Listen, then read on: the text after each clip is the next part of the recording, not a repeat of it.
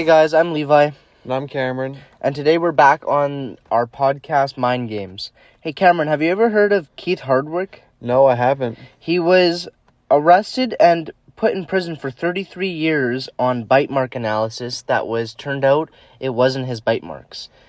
And I'll tell you more about it, but just to touch on a little bit of it before, they had DNA under her fingernails that wasn't his. They had hair from the scene that wasn't his, and they also had allegedly blood on his shoe that was later proved it wasn't blood at all, it was ketchup. Alright, let's get into this. So, Keith was recently just turned 23 about in that age, and he had a wife and a kid, but he recently is getting a divorce with his wife. So, they're on a divorce term, but they're still seeing each other. He got an apartment, but she came and helped out pick out the furniture. So they're still on the talking level. They're still hanging out. They're just divorced. They're going their separate ways. And they have a small boy. He's 3 years old. So with what happens in this story is that one night they were all at Julie's house. So it was her youngest boy that's 3 years old, and Keith. They were all having a movie night, watching shows, folding laundry, and it got late, so he went back to his house and didn't see them till the next day.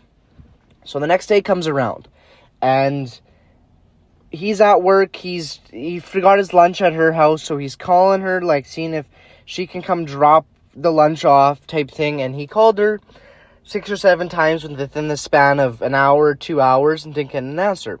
So he called his dad to go check on her, which his dad did. He went over and he checked, and when he walked in, he found Julie laying face down on the floor with the 3-year-old kid in the back room playing in his room. And she had lacerations and stab marks all over her body, and she was face down on the ground when they found him.